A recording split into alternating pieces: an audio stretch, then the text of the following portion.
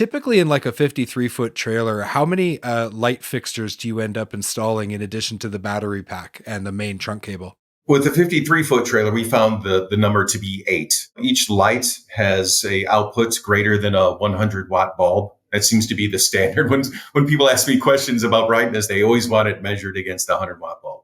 So they're brighter than a 100-watt bulb. So imagine 8 of those inside of a 53-foot van trailer. You have no problem reading. It's much like an office. That's what it reminds me of, like you're just sitting in your office when that happens. We also chose 8 because the entire package draws just over 1 amp at that point, and thus you get the long hours out of the battery when it's dropped from the tractor. So, Daryl, let's talk a little bit about the future. What's the big dream for this product? I think this product or products like it, I think that eventually all semi-trailers, all of them, right out of the manufacturer, are going to be lit.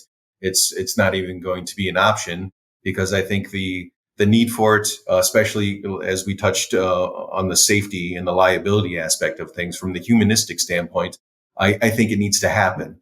We've already achieved a way to make it easy to be part of the manufacturing process. There's hardly any modification that would need to be done at all. If you wanted to hide the wires completely, the roof bows would need a simple hole added, because the roof bows that go across the trailer are already hollow. 90% of it is already made for this to happen. So I suspect in the not too distant future that this kit or a kit like it is going to be everywhere.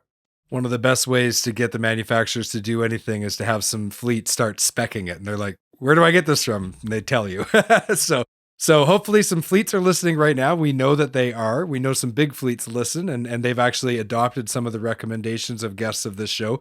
I have confirmation on that. And we know the OEMs are listening as well. So hopefully this helps those people all come together.